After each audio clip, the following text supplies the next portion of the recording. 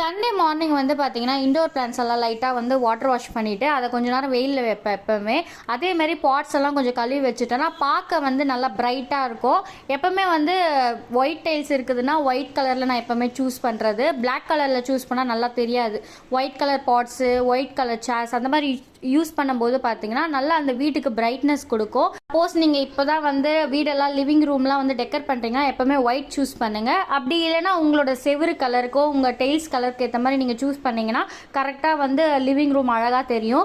மதியத்துக்கு வந்து பார்த்தீங்கன்னா சிக்கன் 65 போட்டேன். சூப்பராக வந்துருந்துச்சு.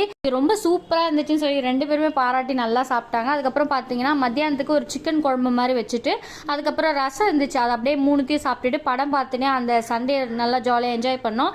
நெக்ஸ்ட் டே இன்னைக்கு காலையில் மார்னிங் வந்து கிச்சன் வந்து ஆர்கனைஸ் பண்ணிட்டு இருக்கேன். ஏன்னா நாளைக்கு டியூஸ்டே வந்து கிருத்திகை. ஸோ இன்னைக்கு வந்து கொஞ்சம் வீடெல்லாம் லைட்டாக க்ளீன் பண்ணி வச்சுட்டா நாளைக்கு கொஞ்சம் எனக்கு ஈஸியாக இருக்குமே அப்படின்னு சொல்லி க்ளீன் பண்ணிட்டு இருக்கேன். அதே போல் பூஜை பிளாக் வந்து லாங் வீடியோவாக வேணுமான்னு கமெண்ட்ல சொல்லுங்கள்.